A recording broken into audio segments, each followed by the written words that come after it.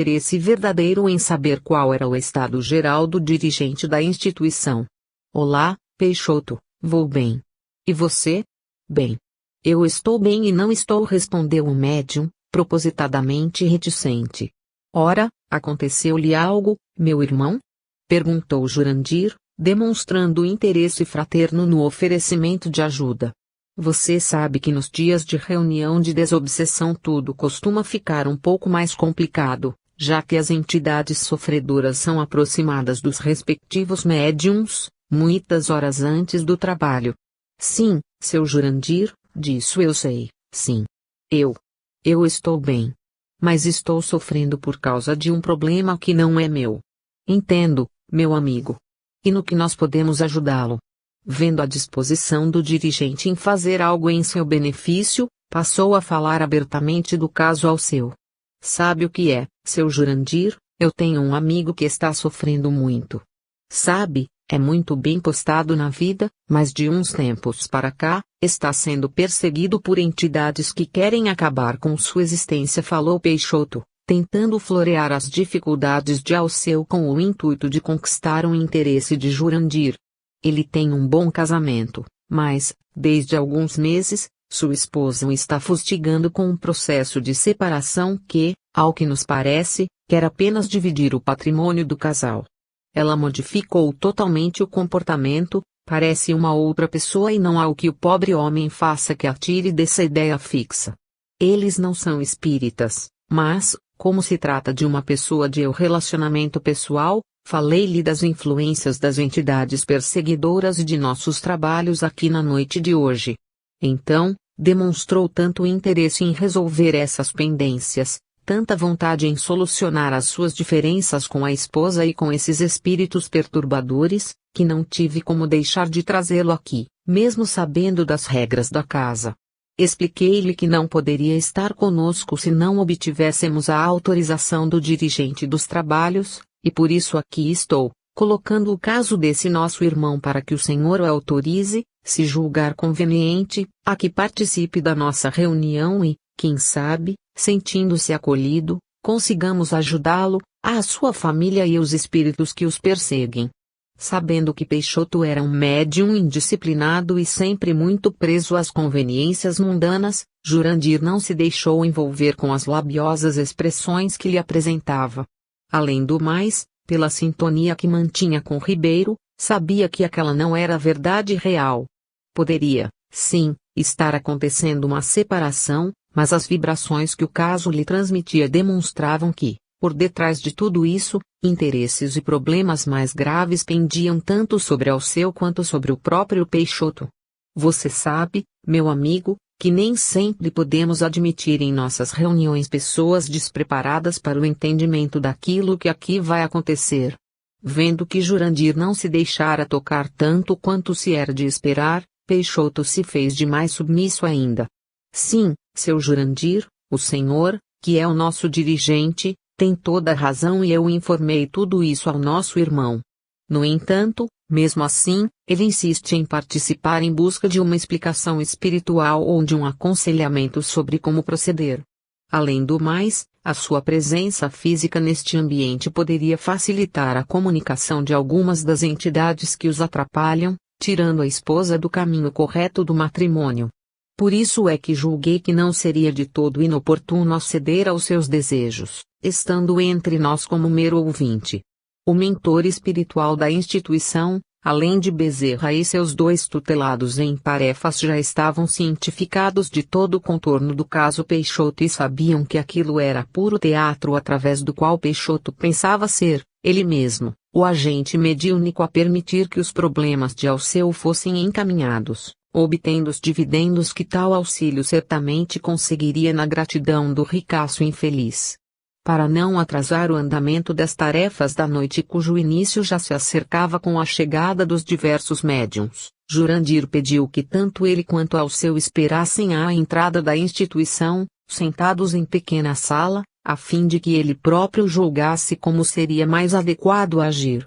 Em seus pensamentos sabia que, da mesma maneira que não deveria deixar de atender a um caso sério, Não poderia permitir que alguém inescrupuloso se valesse de uma atividade mediúnica sagrada visando aliciar favores financeiros.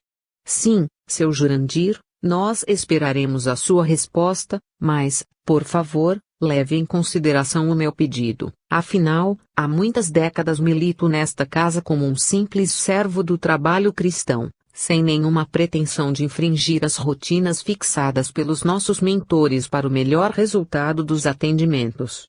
Além do mais, Alceu sempre pareceu ser uma pessoa muito agradecida e generosa. Certamente não ficará indiferente às necessidades desta casa, no auxílio aos necessitados. Claro, Peixoto, os espíritos levarão tudo isso em consideração, certamente. Aguarde uns 15 minutos e falaremos novamente. Afastou-se o dirigente enquanto o médium se dirigia ao amigo, antecipando-lhe o sucesso da empreitada, arriscando presunçosamente: tudo está acertado, Alceu. Já falei com o Jurandir sobre o seu caso e foi lá dentro arrumar uma cadeira mais para você poder participar da reunião. Lembre-se, no entanto, que não deverá falar nada a não ser que alguém lhe pergunte alguma coisa, certo? Tudo bem, Peixoto, fico muito grato pela atenção que estão dando ao meu caso e espero sair daqui hoje com a solução do problema. Quem sabe, se tudo correr bem, não me torne um colaborador da instituição. O que você acha? Meu amigo, tem sempre muita gente precisando de ajuda por aí, mas não falemos disso agora. O mais importante é resolvermos o seu problema. Exclamou Peixoto, pensando mais intensamente na ajuda de Alceu à sua causa econômica do que aos ideais da Casa do Cristo. Jurandir, assim que deixou o solicitante, penetrou pequena e isolada sala na qual, através da oração sincera e direta, buscou o amparo do dirigente espiritual para que o inspirasse sobre aquele caso, sobretudo porque rompia com importantes rotinas da instituição e dos trabalhos mediúnicos. Não pretendo ser o definidor de quem merece ou não merece ser recebido, irmão Ribeiro. Apenas que não acho adequado quebrar as ordens da casa sem, antes, ouvir os sábios conselhos dos verdadeiros dirigentes espirituais deste trabalho de Deus. Por isso, ajude-me com a intuição necessária. Você sabe como é o Peixoto e qual é a verdadeira necessidade de Alceu. Aqui me coloco como aquele que obedece. A oração demonstrava a humildade daquele que, mesmo na condição de dirigente encarnado de uma instituição religiosa, mantinha sua cabeça no lugar, sem julgar-se na posição do infalível decididor de todas as questões, detentor de sabedoria e acuidade que poderiam dispensar os conselhos do mundo invisível. Conhecendo-lhe a fidelidade e obediência, apesar de saber de todos os interesses e conveniências envolvendo o médium interesseiro, Ribeiro não tardou em aclarar mentalmente as dúvidas do amigo encarnado. Meu irmão, obrigado por nos permitir ajudá-lo nesse momento especial da evolução desses dois amigos encarnados. É verdade que Peixoto continua negociando pelas coisas de Deus, interessado em obter vantagens da atividade no bem. No entanto, também é verdade que ele precisará aprender com suas próprias atitudes.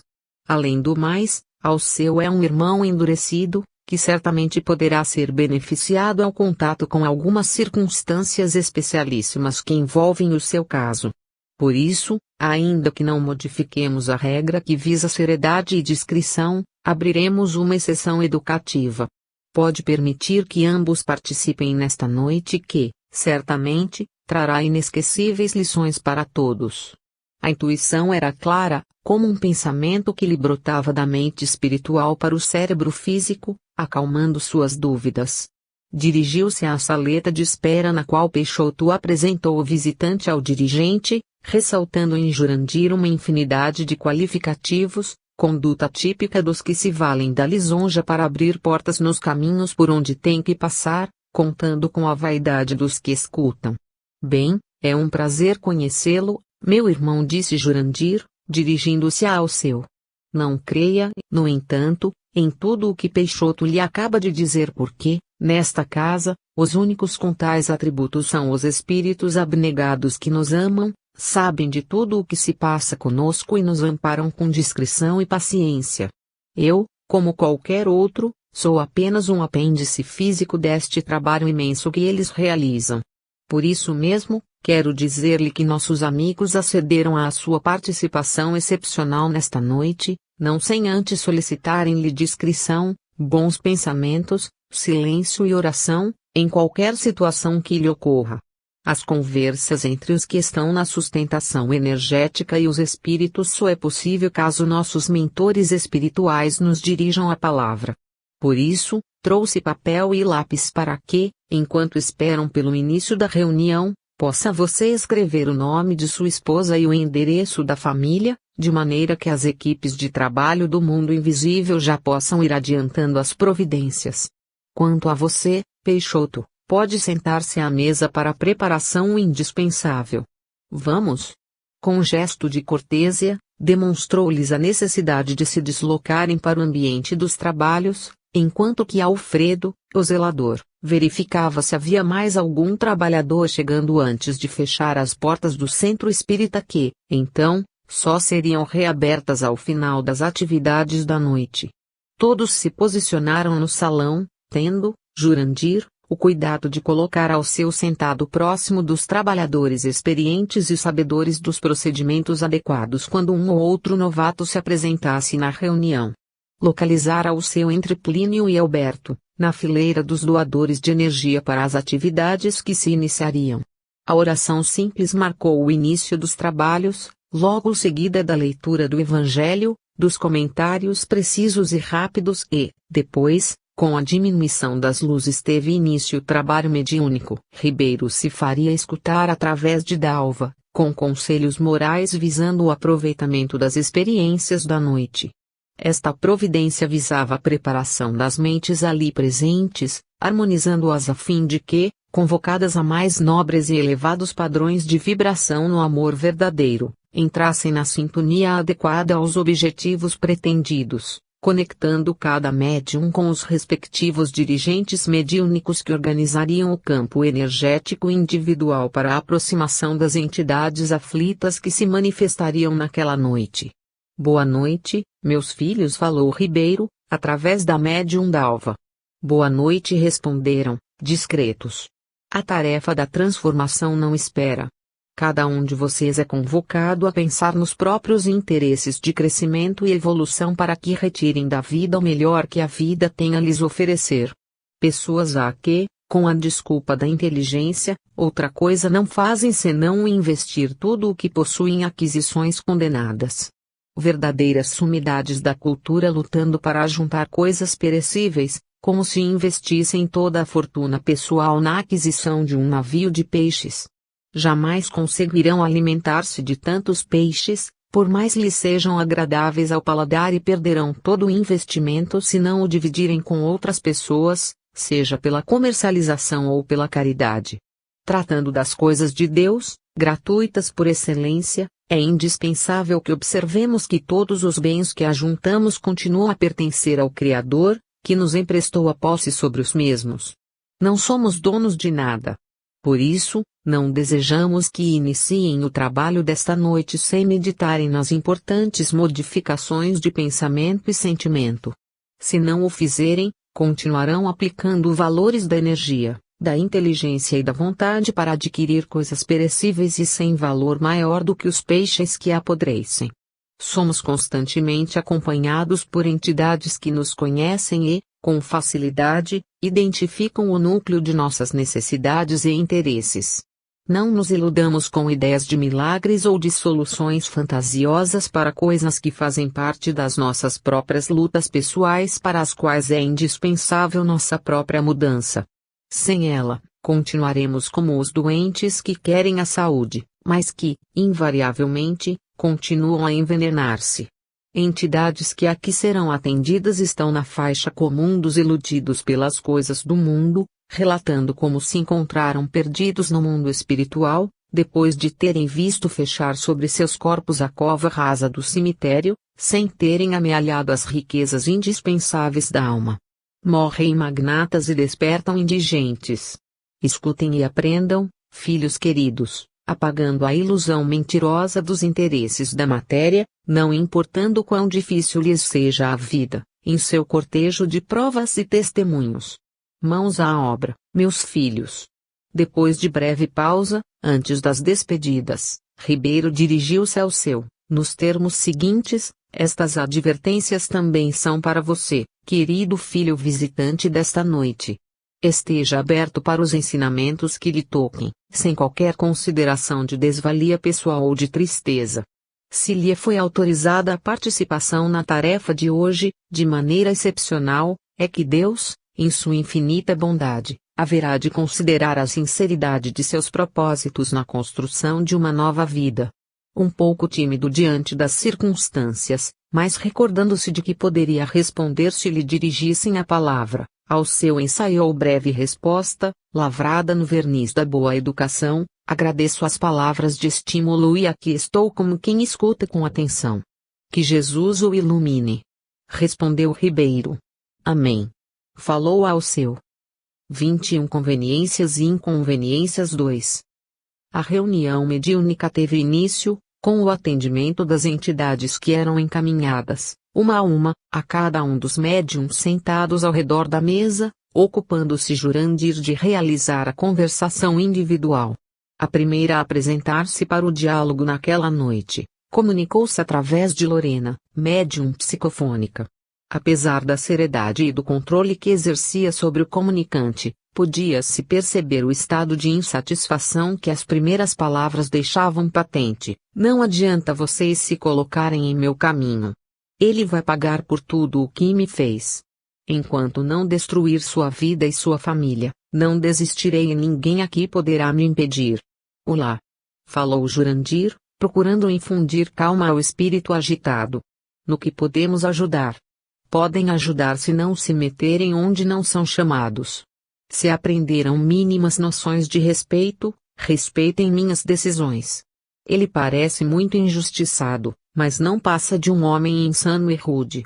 Pensa que tudo pode com o seu dinheiro, que estará sempre por cima e que nunca precisará temer o mal que já cometeu por aí. Mas eu serei, como tenho sido, o espinho em sua carne. E vou destruir todos os que estão no mesmo caminho. Podem pedir por ele quanto quiserem, podem me amarrar aqui, me prender, mas não adianta. Nós somos muitos. Nas primeiras frases trocadas entre a entidade e o esclarecedor, começava a ser atendido um dos espíritos que se encontravam junto a Rafael e sua família, aquele patrão de Alberto, sobre quem, poucas horas antes, havia desabafado com Jurandir, contando-lhe os dramas pessoais. A identidade do espírito não era, de fato, importante de se conhecer, porque não passava de mais um infeliz, iludido pelo ódio, imaginando conseguir paz e felicidade através da vingança. Apesar de não ter nenhuma ligação com o próprio Alceu, as palavras da entidade caíam-lhe nos ouvidos como severas advertências, como acusações diretas por atitudes que somente ele próprio, Alceu, conhecia. Por sempre ter estado envolvido por muitos interesses em conflito, a construção de sua fortuna se deu com o prejuízo de muita gente, muitos infelizes que acabaram postos de lado para que ele próprio brilhasse.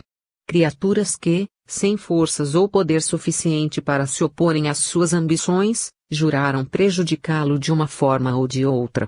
Como o pobre visitante carregava a consciência cheia de nódoas e fatos infelizes, desconhecidos de todos os presentes, as palavras da entidade pareciam revelar os segredos longamente arquivados no cofre da culpa, fazendo tremer na cadeira por se imaginar desmascarado em seus erros diante de todos. Começou a ficar nervoso e impaciente, não conseguindo prestar atenção nas palavras que eram trocadas, ainda mais depois que recebera aquele "ele vai pagar por tudo o que me fez" como uma ameaça pessoal dirigida contra ele próprio. Muitas vezes escutara isso das vítimas de seus golpes ou negociatas. A comunicação, entretanto, não tinha a ver com o seu caso pessoal. Depois de mais alguns minutos de conversa, a entidade, que recusava desistir do impulso vingativo, acabou encaminhada para o plano espiritual a fim de dar lugar à seguinte que, já devidamente vinculada ao próximo médium, era contida em sua fúria pela disciplina firme que o trabalhador encarnado sabia exercer sobre suas faculdades. Jurandir, então, Dando continuidade, prosseguiu, dizendo: Meire, concentre-se e, se sentir alguma aproximação, pode permitir a comunicação. A médium, que já estava sob a atmosfera vibratória do mentor amigo que controlava sua mediunidade, e sentindo a influência da entidade necessitada que falaria por seu intermédio, sentiu as alterações fisiológicas costumeiras, com o acelerar da respiração e dos batimentos cardíacos e, assim, não lhe foi difícil veicular as ideias que lhe brotavam da mente, como se sua boca apenas repetisse aquilo que lhe ocupava o centro do pensamento, sem a participação criativa de seu raciocínio. Quem pensam que são para me trazerem até aqui? Tratava-se do espírito de uma mulher revoltada. Atrelada aos processos de perseguição dos médiuns da instituição, buscava usar de suas fragilidades sexuais para induzi-los a condutas infelizes fora dos trabalhos espíritas. Particularmente, estava ligada aos médiuns Cássio e Moreira, trabalhadores imaturos das lides do bem que, sem maiores compromissos com a própria evolução, imaginavam que a mediunidade fosse mecanismo neutro e automático, para cujo exercício não se fazia necessária qualquer modificação moral, qualquer disciplina de pensamentos e sentimentos. Haviam chegado à mediunidade pela porta da obsessão, mas pouca coisa haviam aprendido ao contato com as orientações fraternas dos amigos invisíveis. Cássio, que era servidor da mediunidade em 2 dias da semana, se imaginava livre dos espíritos inferiores, vacinado contra suas influências. Por isso, nos outros dias da semana, frequentava todo tipo de festas em companhia de pessoas menos dignas, imaginando que isso nada tinha a ver com seus trabalhos mediúnicos. Disso decorria que, todas as noites, entidades perniciosas o buscassem para a continuidade das festas na região inferior, aproveitando-se de suas energias. Aí se via exposto às emoções primitivas, embrenhando-se facilmente nas atividades sexuais desajustadas tão comuns nesses níveis vibratórios degenerados. O médium, no entanto, era outra pessoa quando chegava o dia e o horário dos trabalhos na casa espírita, onde se fazia passar por equilibrado cooperador, prestimoso e simpático. O mesmo se dava com Moreira que, fora da instituição, costumava ser encontrado em visitas aos bordéis, na companhia de infelizes mulheres e nas mais esdrúxulas aventuras do corpo sem freios. Havia muito tempo, ambos vinham sendo acompanhados de perto pelos cuidados de Ribeiro e de outros amigos invisíveis, que viam suas leviandades como efeito da ignorância e dos vícios do passado, do que propriamente decorrentes da maldade deliberada. Então, naquela noite, procurando ajudar aos 2 médiuns atacados por muitos espíritos, Ribeiro havia conseguido trazer ao trabalho do esclarecimento encarniçada vampirizadora sexual que se valia das forças de ambos com a finalidade de afastá-los das tarefas salvadoras do bem. É uma satisfação podermos conversar com você. Quais são suas necessidades? Falou Jurandir, exprimindo um sentimento de fraternidade pura em favor da própria entidade. Importante se mencione que tanto Cássio quanto Moreira se encontravam na reunião, esperando a sua oportunidade de manifestação mediúnica. Por isso, para que ambos escutassem a comunicação que lhes serviria de importante alerta como um aprendizado construtivo, os dirigentes espirituais preferiram usar outra médium, deixando os 2 imaturos trabalhadores totalmente conscientes para testemunharem o diálogo franco.